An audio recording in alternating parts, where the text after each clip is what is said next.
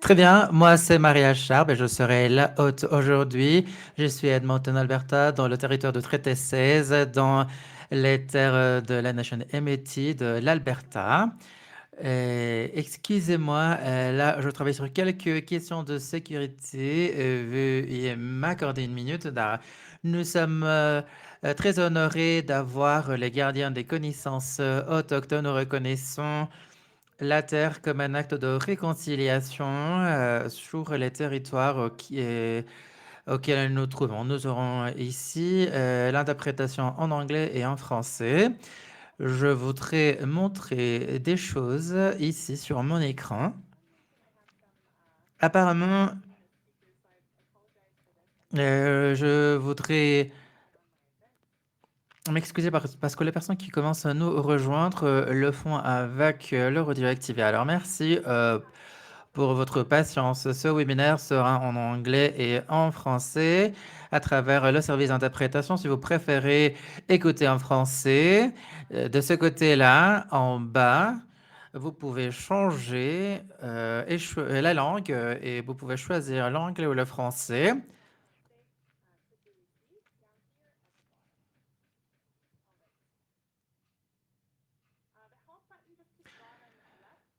Le panel en bas à gauche, nous avons ici le signe d'interrogation au cas où vous auriez des problèmes techniques. Donc, vous pouvez utiliser cette icône pour avoir de l'assistance. Vous pouvez aussi poser vos questions et partager vos commentaires tout au long de notre session. Vous pouvez aussi le faire directement auprès de nos intervenants. Alors, nous allons essayer d'utiliser cette plateforme au mieux. Et nous avons eu des conversations par rapport à la gestion des incendies et pendant des années et nous avons ici des webinaires pour le partage des connaissances. Si vous avez des idées pour des webinaires futurs, n'hésitez pas à les partager avec nous.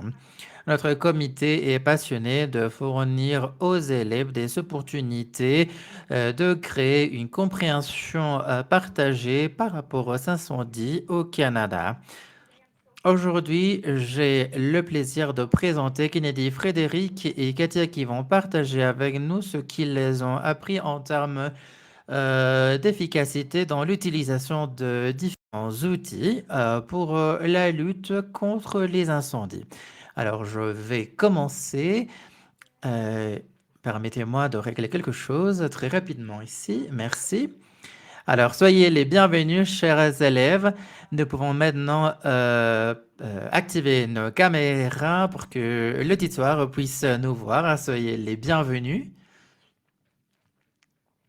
C'est génial. Alors, bienvenue. Je vais présenter chacun de vous séparément au fur et à mesure que nous passons à vos présentations. Nous avons des élèves qui nous accompagnent. Kennedy a accepté d'être la première. Kennedy Corcola est doctorante à l'Université de Toronto. Il se spécialise dans les interactions de perturbations dans les écosystèmes forestiers dans l'Ontario et sur le territoire du groupe amiral. Et Seneca et Sasaka, la parole est à toi. Kennedy, tu peux commencer ta présentation. Merci Maria. Je ne sais pas si vous pouvez me partager les contrôles de partage d'écran, s'il vous plaît. Oui, très bien. Super.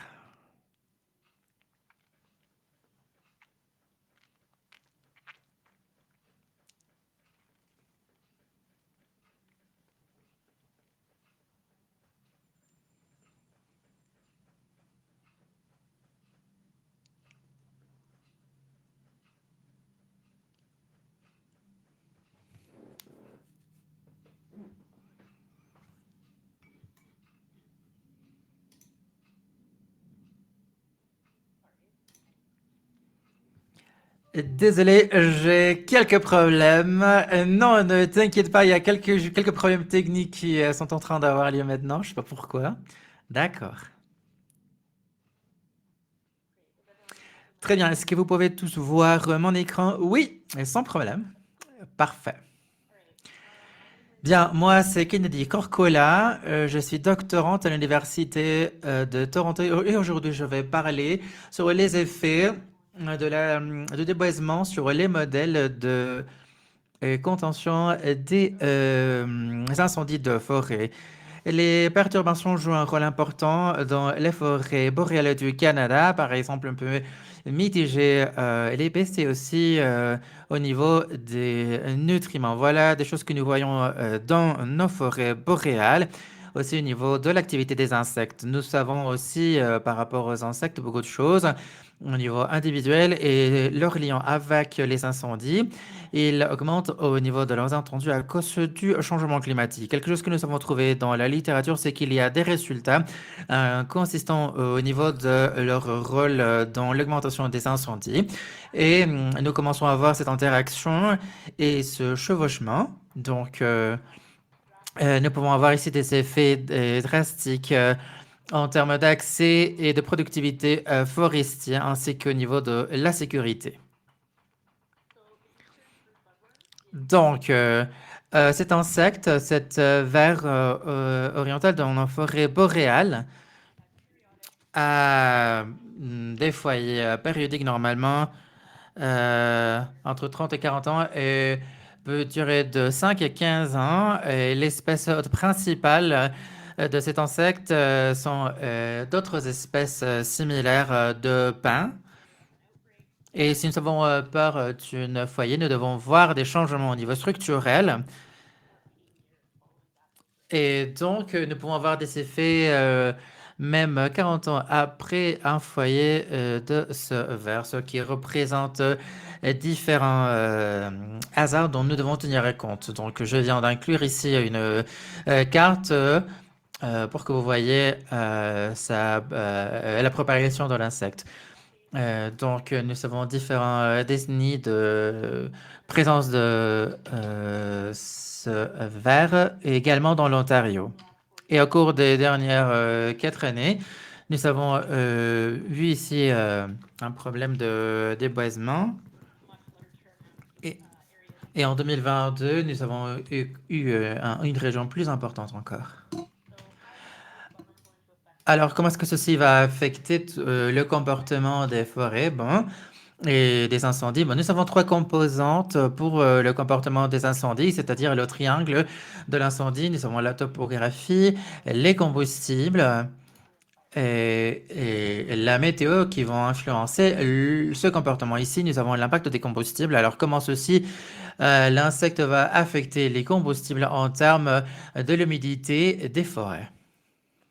Alors, les arbres tués par cet insecte vont avoir un problème augmenté. Nous pouvons voir ici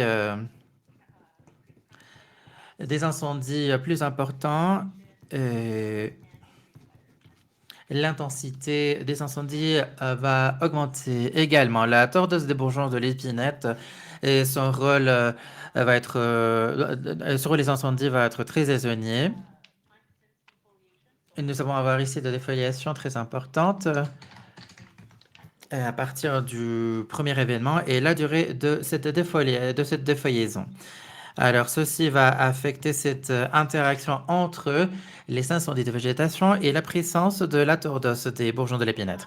Alors, l'attaque initiale dans l'Ontario, c'est sur quoi je me concentre et c'est de ce que porte ce webinaire. Et quelque chose que je voudrais savoir est que basé sur toutes ces composantes, le changement dans les combustibles, est-ce que ces combustibles vont représenter un risque plus augmenté pour le personnel de lutte contre les incendies? Est-ce que cela va affecter les conditions des incendies?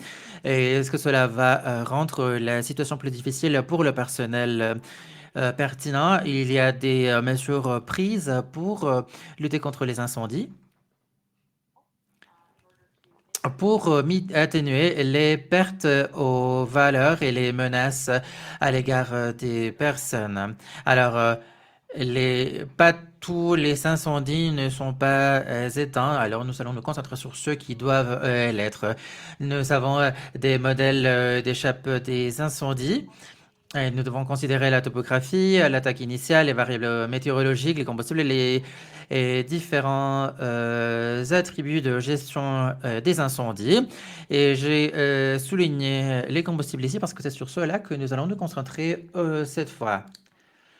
Nous allons voir ici bon, des façons d'échapper à ces incendies lors de la première attaque. Nous allons avoir des changements au niveau de l'humidité et des différences en termes de l'activité pour avoir euh, une charge plus importante et une performance plus importante, ce qui pourrait nous aider à lutter contre une intensité plus importante des incendies. Et bon, autrement, ces incendies seront très difficiles à gérer. Ces incendies peuvent être très dangereux et très coûteux, donc nous devons comprendre le moment où ils vont avoir lieu. Alors, ma question est comment la tendance peut avoir des effets sur ça? Quels sont les principaux facteurs pour avoir accès à d'autres ressources et comment nous pouvons améliorer la probabilité de réussite? Nous devons créer des modèles forestiers pour l'Ontario. Je vais commencer par expliquer ceci, que ce soit dans l'Ontario oriental et occidental. Nous devons considérer ici le temps de réponse, le type de combustible, l'attaque initiale, la saison et les différences météorologiques. Je n'ai pas compris des variables donc, qui pourraient affecter le modèle. Et nous devons considérer comment ceci va affecter la contention. Donc là, je définis ici un incendie comme maîtrisé s'il n'y a pas de propagation supplémentaire. Et nous avons ici moins de 30 hectares le lendemain. Nous avons l'Ontario oriental. J'ai créé aussi ce modèle à partir de l'Orient occidental. Nous avons deux modèles différents et je voudrais voir que si nous incluons la tendance des bourgeons de l'épinette, cela va avoir un effet sur notre précision de prédiction. Maintenant, nous avons deux modèles, comme je l'ai dit. L'un pour la tondeuse des bourgeons qui a tous les facteurs de prévision et qui représente l'historique des feuillaisons et que nous allons intégrer dans le modèle qui n'est pas pour la tondeuse, qui concerne l'Ontario occidental. Au total, j'ai 4 modèles pour la maîtrise des incendies. Maintenant, nous considérons quelques-uns des données. Le nombre d'incendies, 3038, maîtrisé, 2512, avec un pourcentage de maîtrise de 82,7. Donc, la plupart de nos incendies sont maîtrisés, basés sur cette définition. Des modèles de réussite, pareil pour l'Ontario oriental. Et aussi, nous avons un pourcentage de 85,9%. Et c'est pour cela que nous avons ce déséquilibre de données. Donc, nous devons nous assurer que nous n'aurions pas un chevauchement de nos modèles. Les résultats que nous avons vus sont de modèles aléatoires forestiers qui concernent la précision de l'air sous la courbe, la sensibilité et la spécificité. Et donc, la précision moyenne du modèle.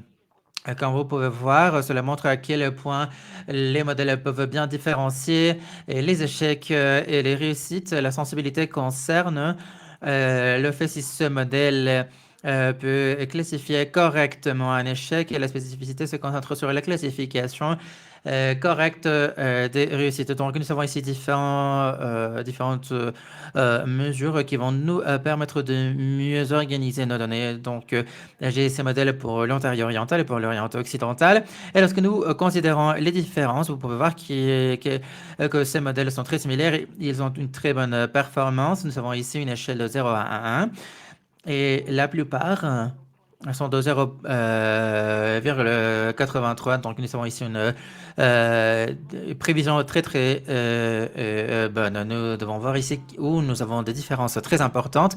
Les tests entre eux avec un modèle tenant compte de la tondeuse ou pas, à travers les régions, nous pouvons voir qu'il y a des différences significatives en termes de la précision médiane et de l'air sous la gomme. Donc ici, le modèle pour la tondeuse, en fait, a une meilleure performance que l'autre modèle. Et aussi, nous avons ici les effets secondaires pour voir si ceci est pertinent, pour suggérer s'il y a une différence considérable entre ces chiffres. Mais lorsque nous y jetons un coup d'œil, nous pouvons voir que les différences ne sont pas aussi significatives que ça.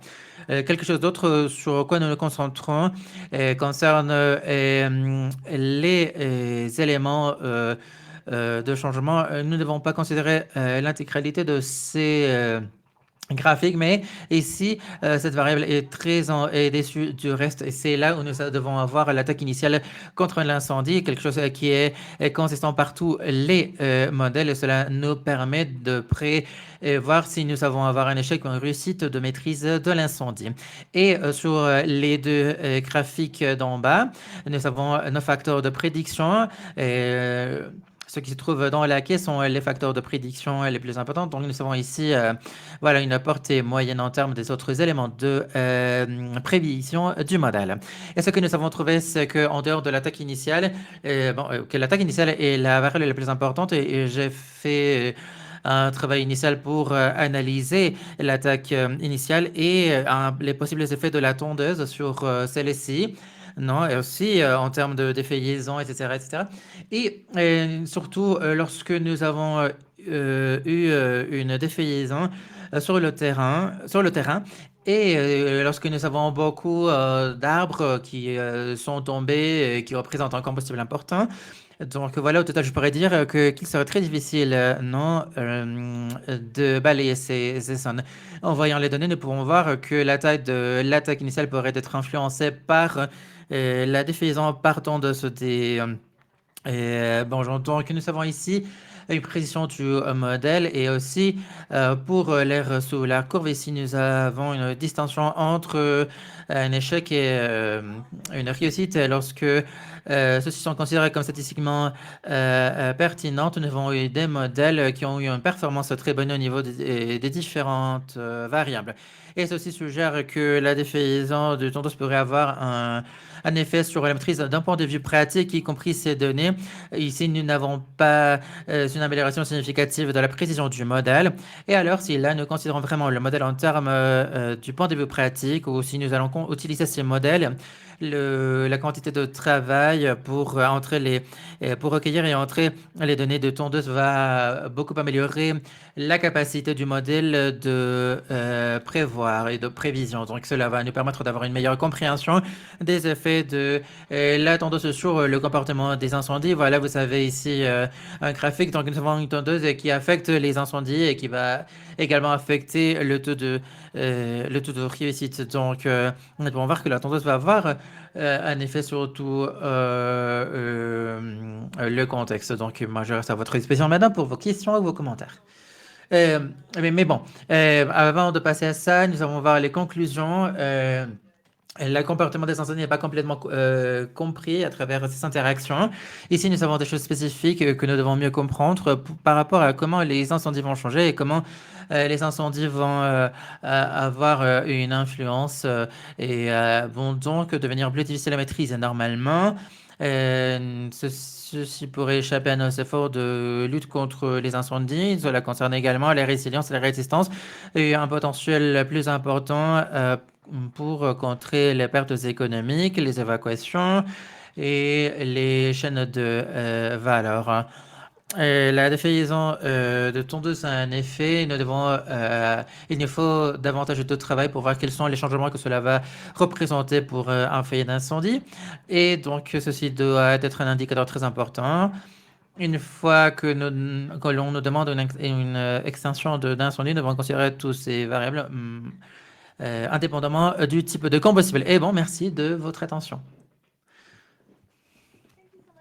Merci beaucoup, Kennedy, d'avoir partagé. Moi, je pensais, malheureusement, nous n'avons pas beaucoup de temps pour toute cette présentation. Nous n'avons pas de questions dans le chat, mais à la fin des trois présentations, nous allons voir s'il y a des questions. Peut-être que nous allons attendre à la fin des trois présentations pour voir s'il y a des questions. Ouais, oui, bien sûr.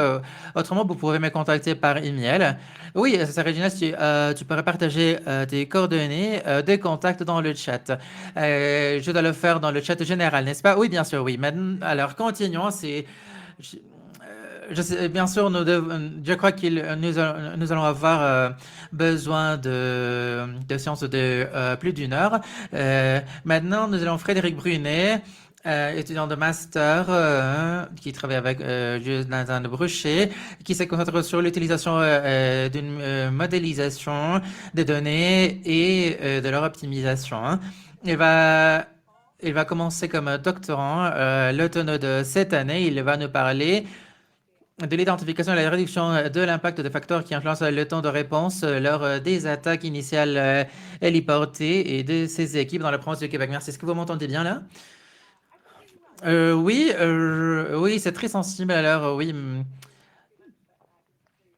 oui, je t'entends très bien. D'accord, très bien. Aujourd'hui, je vais présenter mon travail de master au cours de la dernière année et demie et les impacts des facteurs qui influencent les temps de réponse de l'attaque initiale héliportée et de ses équipes dans la province du Québec. Alors, les objectifs du projet, nous avions cette hypothèse que si nous modifions l'emplacement des équipes de l'attaque initiale dans la province du Québec, nous pourrions réduire le temps de réponse. Mais avant de considérer cela, nous avons vu identifier les facteurs qui en fait vont influencer nos temps de réponse. L'influence du temps de départ le jour même, le lendemain, et le temps de trajet des équipes d'attaque initiale de la province du Québec. Et le deuxième chapitre se concentrait surtout sur l'amélioration de la stratégie de déploiement actuelle, qui pourrait aider soit à réduire le temps de trajet ou l'heure de départ basé sur les résultats des chapitres précédents. Donc, tout d'abord, pourquoi nous avons décidé d'analyser le temps de départ et l'heure de départ et le temps de trajet séparément. Euh, donc, nous avons considéré trois temps d'abord. Le temps d'envoi, d'envoi, le moment où un incendie est détecté jusqu'à qu'une équipe est envoyée. Et ce temps normalement est de 15 minutes, donc est plus ou moins stable dans la province du Québec. Ensuite, nous avons l'heure de départ qui est influencée par les gestionnaires des incendies. Donc, l'heure de départ est le moment où une équipe est envoyée jusqu'à euh, jusqu'à l'heure où l'équipe quitte le site. Et ensuite, nous avons le temps de trajet qui concerne des facteurs plutôt physiques. C'est le moment, cela concerne la période entre le départ de l'équipe et son arrivée sur le site. Donc, nous avons ici un temps une heure d'envoi plus ou moins stable. Voilà les données et l'ère de l'étude. Nous nous sommes concentrés sur les zones de protection intensive qui reçoivent une réponse complète dans le province du Québec. Nous avons analysé ici une période de 20 ans à peu près, de 2002 à 2022, mais nous n'avons pas pu mener des analyses à cause des données et nous sommes concentrés sur les équipes d'attaque initiale héliportées. Finalement, nous avons sélectionné 1333 incendies sur 2087 incendies potentiels et nous avons dû rejeter 1094 à cause d'un manque de données. Nous avons deux bases de données séparées de ce feu. Nous avons la base de données subjective opérationnelle et celle des segments de vol d'aviation. En termes des modèles statistiques, voilà la présentation avec toutes les variables que nous avons intégrées dans notre modèle qui sont considérées à partir des études précédentes et aussi tenant compte de nos propres hypothèses. Quelques-unes des variables ont été sélectionnées pour des incendies actifs et d'autres. Quelques variables ne sont pas très communes, je vais vous les présenter. Le nombre de vols qu'un hélicoptère doit faire pour arriver pour un incendie. Ensuite, nous avons le taux de propagation qui est basé sur la météo et le taux de propagation prévu une fois qu'un incendie a commencé. Et ensuite, nous allons le nombre de vols dans la province du Québec, donc le nombre d'incendies actifs dans la province. Pour une date spécifique, nous avons également intégré la date comme variable pour mesurer les changements en termes de ressources, les bases de déploiement au cours de ces 20 années. Alors, pour l'analyse, nous avons trois modèles qui sont tous des modèles mixtes linéaires généralisés, GLMM selon son sigle en anglais. Et nous avons ici un modèle pour l'heure de départ, le même jour, le lendemain et le temps de trajet. Donc, parfois, nous avons des incendies qui commencent à 8 heures. Il est très obscur, donc nous devons attendre jusqu'au lendemain et cela nous mène au deuxième modèle parce que le temps de réponse est plus élevé au lieu de 10 heures. Nous avons 10 heures au lieu de 2 heures, donc le temps de trajet, nous avons inclus le nombre d'incendies actifs. Et finalement, pour le temps de trajet, nous avons utilisé l'année et la distance. Donc voilà les résultats de base. Toutes les variables sont significatives, sauf pour le modèle d'heure d'envoi le lendemain. Je vais vous présenter maintenant les effets des variables les plus importantes.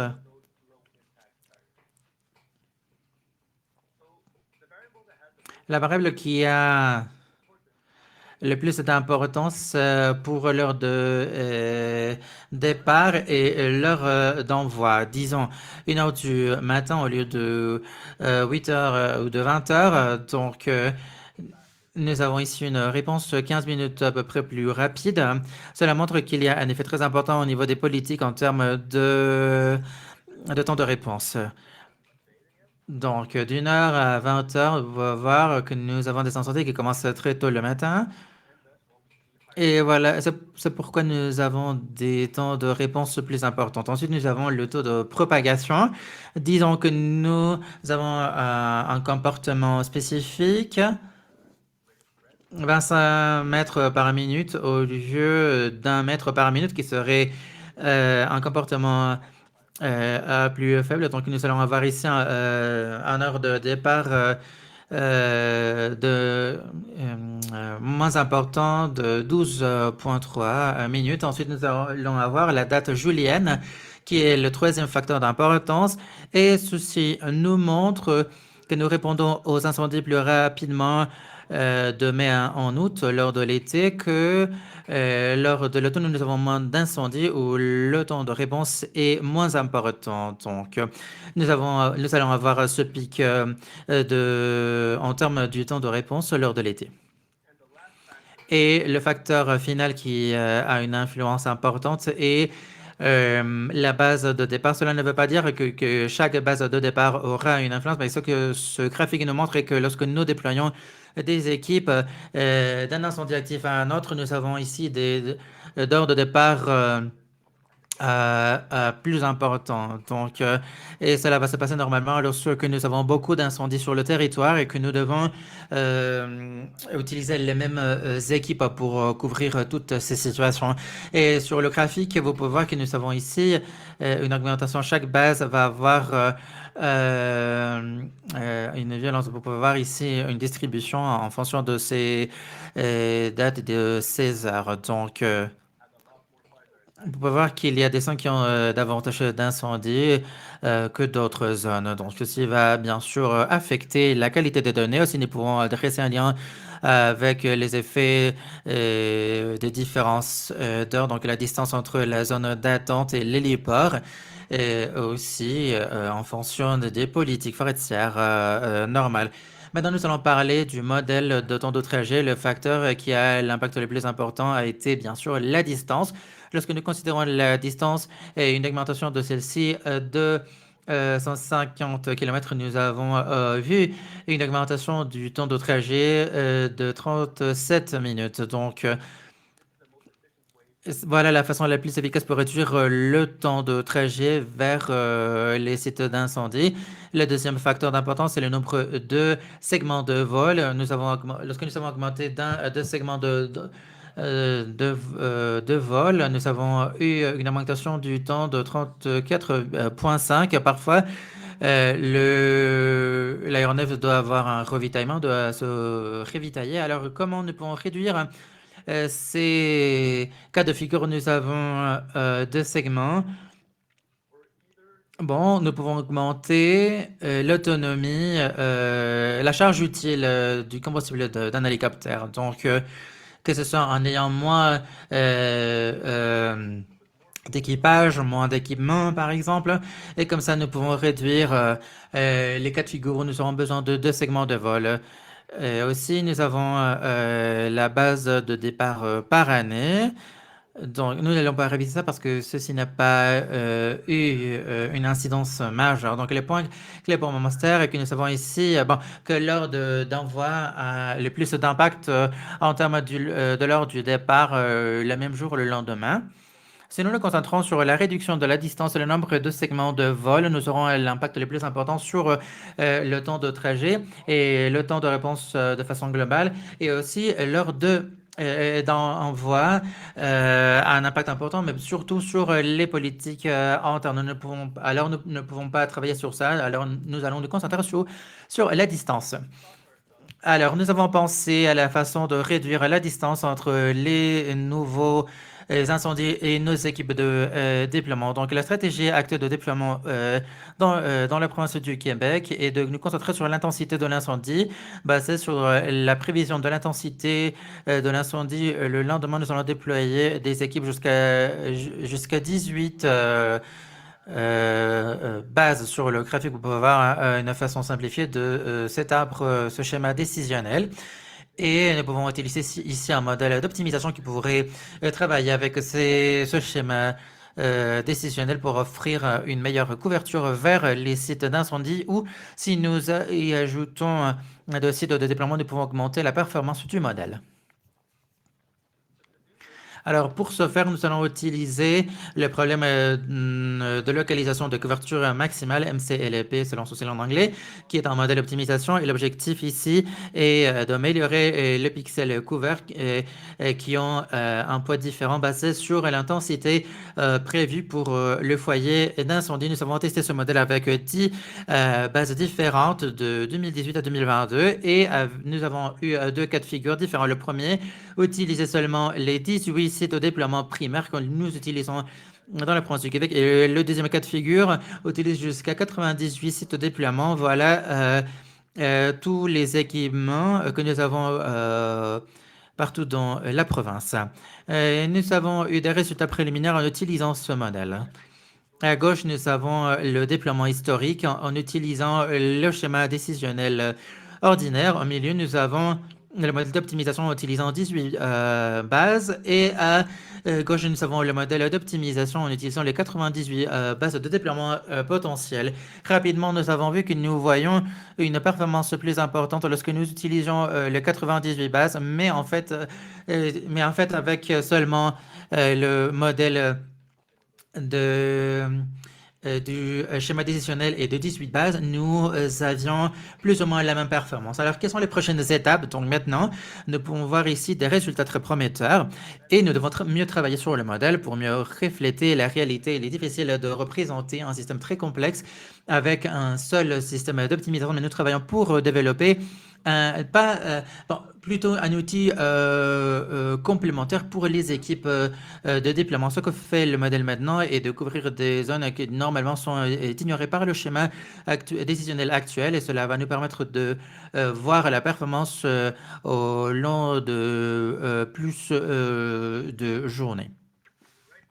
Maintenant, ce que nous pouvons voir sur le graphique en bas de la diapositive est que lorsque nous utilisons 18 sites potentiels, nous pouvons offrir la même couverture qu'avec un déploiement historique, mais avec moins d'équipes de déploiement. Donc, vous pouvez voir que le cas de figure de base et concerne 15 équipes, nous pourrions avoir une bonne performance avec le déploiement historique, mais nous pouvons avoir jusqu'à 13, plus ou moins 2 équipes et avoir la même couverture qu'avec le déploiement historique. Avec 18 sites, nous pouvons voir que la couverture va vraiment descendre. Et comment ceci peut nous offrir une meilleure couverture avec le modèle d'optimisation? Alors, en conclusion, pour le premier chapitre, nous devrions nous concentrer sur le temps de trajet qui est influencé normalement par la distance et le nombre de segments de fall pour arriver à un site d'incendie. Ces informations peuvent nous aider à réduire le temps de réponse lorsque que nous avons besoin d'une réponse rapide des infrastructures. Ce n'est pas que chaque incendie en aura besoin, mais lorsque nous avons des communautés et des infrastructures euh, qui nous permettrait de réduire le temps de réponse et finalement le cadre d'optimisation qui nous montre des résultats prometteurs, mais qui nécessite davantage de travail pour qu'il soit considéré comme un outil complet. Donc voilà tout ce que j'avais à vous partager de mon côté. Alors merci beaucoup de votre attention. Merci beaucoup Frédéric. Je suis très impressionné par le respect des 15 minutes que vous êtes. Alors, merci beaucoup pour cela. Et bien sûr, cela va nous donner du temps à la fin pour les questions, pour la session de questions-réponses. Nous avons beaucoup d'informations très intéressantes ici. Maintenant, nous allons passer à Katia qui a une approche différente. À Frédéric Kennedy, bien sûr. Alors, oui, et Katia David-Guy Dubois est étudiante de master de l'Université de l'Alberta qui se concentre sur l'optimisation de l'utilisation des énergies renouvelables. Elle habite à Edmonton, dans l'Alberta, sur le territoire du traité 16. Alors, la parole est à toi.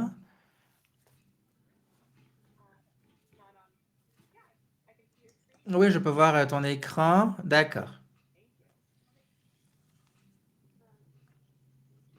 Merci.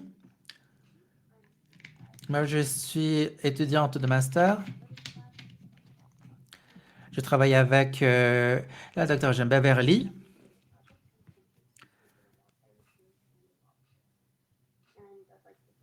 Je voudrais remercier les sponsors, y compris ce que vous pouvez voir sur l'écran. Lorsque nous considérons la modélisation de l'établissement de base pour les ABE dans l'Alberta, je voudrais voir si je pouvais développer un modèle simulant les euh, relocalisations des ABE et si je pouvais identifier les aires à haut risque. Comme vous le savez, les aéronefs sont très chers, donc même de petits changements peuvent avoir des économies importantes. Alors, nous avons le largage de l'attaque initiale lors de la première journée de l'incendie pendant une action continue. Le groupe des ABE terrestres a une base terrestre et l'avion Cooper bon, utilise des étendues d'eau pour la recharge.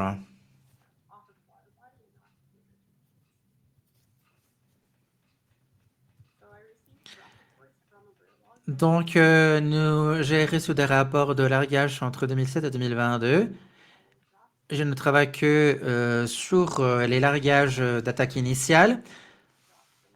Je ne me suis pas concentré sur les annulations et les largages à partir des dérivations hydriques.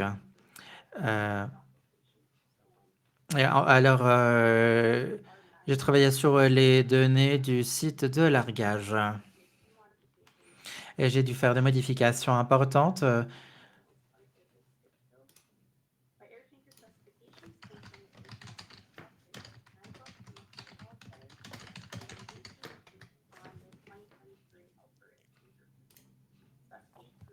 Nous avons 8 groupes avec 16 ABE. Nous avons 4 types d'aéronefs. Nous avons l'amphib. Nous avons un groupe de 4. Un groupe de 4 de AT-802 terrestre. terrestres, deux groupes de deux de CL-115 qui sont des avions Copper et quatre groupes de un L-188 Electra qui est terrestre. Mon domaine d'études est la zone de protection forestière de l'Alberta ou FPS selon son sigle en anglais. Vous pouvez voir ici la zone grise sur la carte. Et nous avons les 13 bases de protection forestière de l'Alberta. Donc, mon modèle considère le risque comme une donnée. Ici, nous avons un niveau important. Vous pouvez voir à droite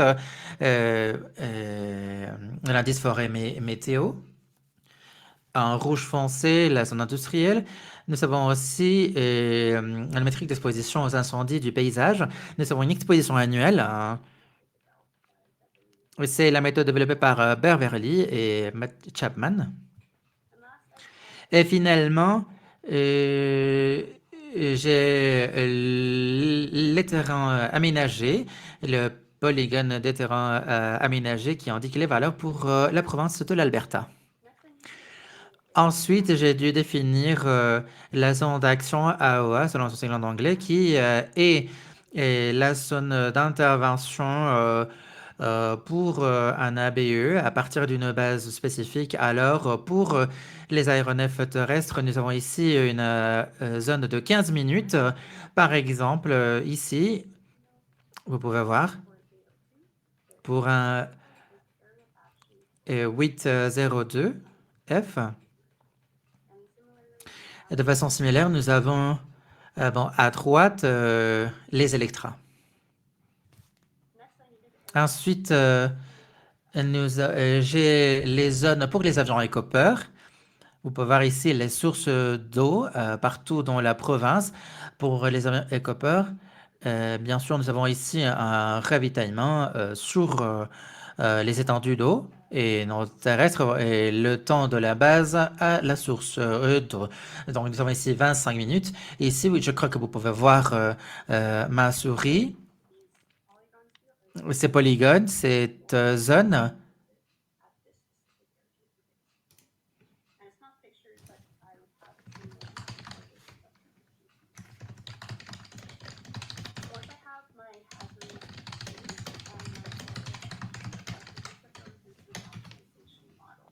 Et j'ai pu inclure tout cela dans mon modèle.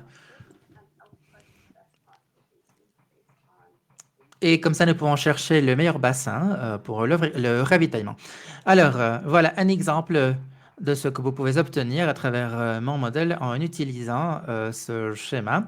Nous avons des cercles qui sont les groupes, les UI02, les groupes...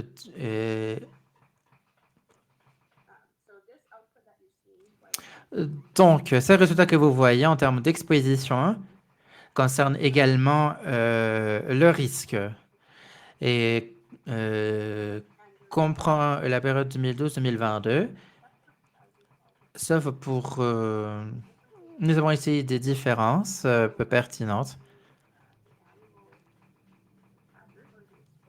Alors, en termes de risque d'exposition, ce bassin que vous voyez ici, et on peut l'utiliser tout au cours de l'année. J'ai un résultat similaire en fonction des différents risques. Alors, la performance de ce modèle, je l'ai vérifié et j'ai fait une comparaison au quotidien. Alors, les facteurs de prévision quotidien m'ont fait réviser les différences et j'ai utilisé différents risques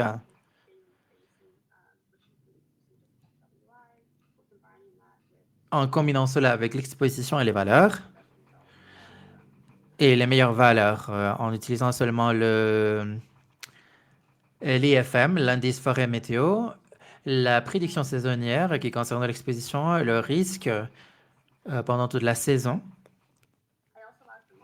et aussi un envoi multiple, multiples équipes d'ABE et aussi le modèle de couverture double qui ont des zones à très haut risque et qui profitent d'une double couverture. Je ne vais pas voir chaque élément en fonction du temps, mais ce que vous pouvez voir ici, et si nous déplaçons les aéronefs tous les jours, nous ne voyons pas de différence significative dans ce modèle. Nous voyons une augmentation lorsque nous avons un envoi multiple d'équipes, mais pas de différence significative. Donc, c'est mieux de laisser... Bon, en fait, nous pouvons voir que le fait de laisser les équipes sur une même base lors d'une saison a des résultats similaires.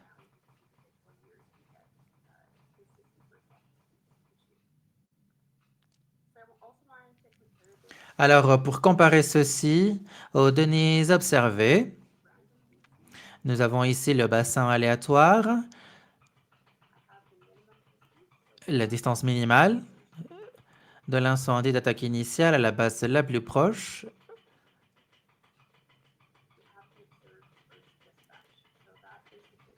Observer premier envoi. La distance la distance en données de largage à partir de la zone d'incendie jusqu'au premier envoi enregistré et observer la distance en données de largage à partir du site d'incendie. Donc, nous voyons qu'ici, nous avons le modèle aléatoire. Ensuite, nous avons la distance minimale vers l'incendie à partir de la base d'aéronef. Donc, en orange, vous avez mon modèle et en gris, le premier enregistrement. Et comparé aux résultats que nous aurions si les équipages étaient basés ou étaient alloués à des bases en utilisant mon modèle. Et nous avons ici deux autres modèles observés.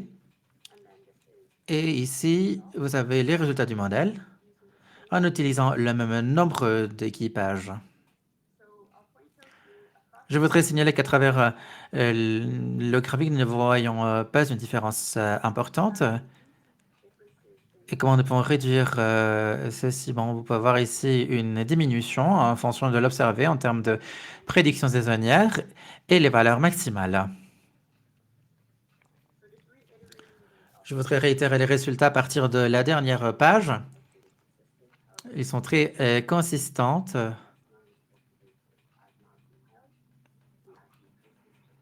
Nous nous excusons, cabine. L'audio de Katia n'est pas optimal. Nous avons ensuite l'écart type qui va de 34 à 54. Ce que cela veut dire est que le temps de trajet moyen ne change pas beaucoup, mais le modèle va produire ou aura comme résultat moins d'envois. C'est quelque chose de préliminaire. Pourtant, moi, je suggérerais de mener davantage d'études qui pourraient s'avérer utiles pour un seul site au cours d'une période saisonnière.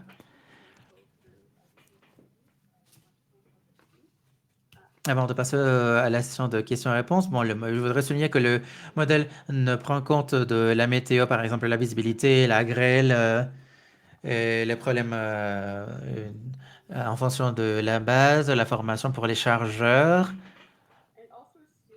Et le modèle ne prend pas compte de l'utilisation des aéronefs sur les incendies des quarts types. Il assume que les lacs où l'on peut écoper sont utilisables tout au long de l'année et aussi que les aéronefs ont la même utilisation au niveau des incendies et que la flotte est toujours constante et que les données des largages sont entrées de façon manuelle. Et voilà tout ce que j'avais à présenter de mon côté. Merci. Tout le monde commence déjà à entrer leurs questions dans le chat. Moi, j'ai une question générale pour chacun de vous. Peut-être que j'aurais dû vous avertir.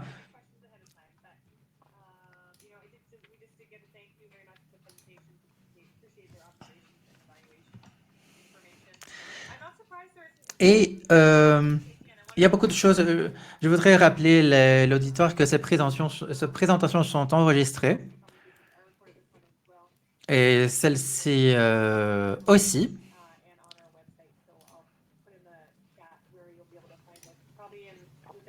Et peut-être d'ici un mois, seront disponibles en anglais et en français. Alors, l'une des questions que j'ai pour chacun de vous, désolé, je vais vous mettre la lumière. Basée sur vos recherches, surtout la différence entre le master et le doctorat. Et ce webinaire, non, qui sont pour les praticiens basés sur vos recherches. Est-ce que vous avez des recommandations pour les praticiens? Je ne sais pas, peut-être que vous pourriez suggérer. Je sais qu'il y a des limites, non? Et vous avez fait un très bon travail en termes des limites de vos données et des données de vos recherches. Mais est-ce que vous avez des recommandations à donner par rapport à votre recherche? Oui, je sais que c'est un jeu dangereux, mais je ne sais pas s'il y a des recommandations ou si vous avez des recommandations que vous voudriez partager. Nous allons commencer avec Kennedy, par Kennedy. Je ne suis pas certaine d'avoir des recommandations à l'heure actuelle. Sans aucun doute, il me reste encore beaucoup de travail à faire. Et je sais que les praticiens sont en train de faire de leur mieux, non, pour utiliser les données et les résultats de la recherche de tout le monde pour mieux agir. Donc oui, oui, non, non, c'est bien, c'est bien. D'accord, Frédéric, bon, je vais utiliser l'autre des présentations, d'accord. Je n'ai rien de spécifique, peut-être. Bon, l'un des principaux obstacles lorsque je travaillais sur mon master était l'accessibilité des données et leur qualité. Parfois, j'avais des données de très bonne qualité et parfois, tu es sur le terrain, non, tu es en train d'entrer toutes les informations, mais parfois, je vois que j'utilise des données incomplètes et je ne peux pas puiser là-dedans. Donc, le fait d'avoir des données de qualité est très utile. Parfois, nous avons des données d'il y a 20 ans. Donc, mais bon, oui, voilà, lorsque nous faisons la rétrospective, c'est tout ce que j'ai à dire. Oui, c'est un point très important. Merci, Katia.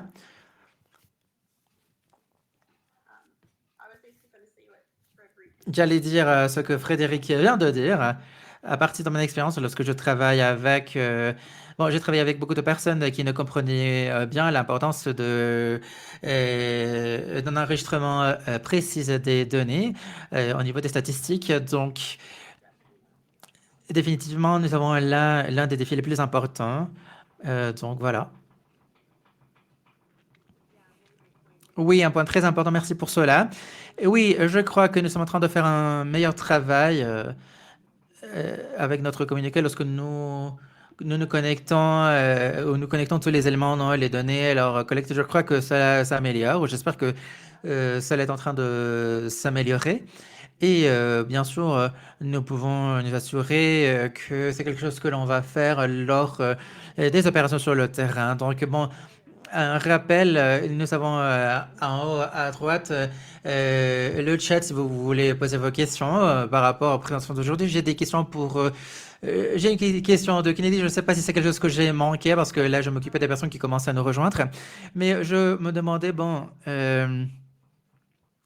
un moment, maman. Voilà, voilà, ça se passe encore une fois. Désolé pour cela. Je ne suis pas sûr si j'ai manqué peut-être la partie de sa tribune. Non. Comment nous pouvons penser, lorsque vous avez dit non, que les modèles commencent à fonctionner très bien en termes de prévisions, à partir des données, est-ce que nous pouvons utiliser des éléments pour d'autres prévisions de données ou si je ne sais pas si nous pouvons partager des données de ta recherche par rapport aux perturbations pour d'autres perturbations? Oui, c'est intéressant parce que pour la tondeuse des bourgeons spécifiquement, nous avons ici quelque chose de difficile à modéliser parce que nous avons ici une différence, non? Pour savoir combien de temps s'est écoulé à partir, non, de cette première défeuillaison par la tondeuse. Donc, cela va prendre du temps au cours de différentes années pour que ces arbres font l'expérience de la mortalité et peut-être qu'ils vont se redresser. Et alors, nous n'allons pas avoir, nous n'allons avoir aucun registre de changement. Donc, et les facteurs de défeuillaison que nous avons vus, donc ici à l'Ontario oriental, nous avons des problèmes, non, avec des différents insectes. Donc, mais c'est très probable que nous aurons de grandes quantités d'incendies ou d'incendies très intenses. Donc, je crois que nous avons ici différentes perturbations qui pourraient bouger lentement, non, et qui concerne le temps à la perturbation. C'est quelque chose que pourrait s'appliquer, non, à ces systèmes également. Donc, et je viens de voir une question dans le chat par rapport à l'incidence de réponse appropriée. Moi, hein, je dirais extinction complète, non? Une réponse modifiée ou et si l'objectif était d'avoir une extension complète, par exemple. D'accord, merci. Je révise également le chat. Une question pour Frédéric. Est-ce qu'un changement à zéro dans le personnel a été considéré dans l'analyse de temps de réponse, c'est-à-dire le recrutement, la rétention, l'expérience au cours des années? Alors, qu'il n'y a pas eu de changement en termes du nombre du personnel sur une base annuelle pour la période de l'étude. Et est-ce que la province a eu un complément complet d'attaque initiale humain et des ressources disponibles? Donc, cela concerne le personnel chaque année. Alors, si nous tenons compte de cette variable, elle va avoir un effet très très faible au niveau global, si ça a du sens, non, pour la réponse de la question, de cette question. Oui, merci, merci. Tony, Jason Robinson, quelles données pensez-vous qui manquent ou est-ce que vous voudriez avoir, que ce soit de la part des agences ou des opérateurs de lutte aérienne contre les incendies pour mieux soutenir leurs études, vos études en fait? Katia, oui, lorsque nous travaillons spécifiquement avec les données aériennes, je crois que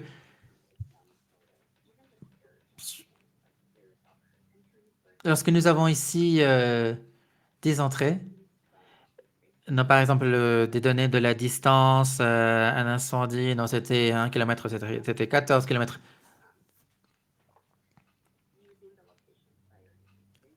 Mais cela concerne l'utilisation de la zone de la base de l'aéronef. Mais il y a certains attributs que l'on ne peut pas vérifier aussi facilement que ça. Par exemple, la quantité de largué. Donc, voilà des aspects qui ont un impact, bien sûr, sur les données. Et donc, j'ai dû les éliminer. C'est une étape supplémentaire pour nous assurer que les données sont complètes.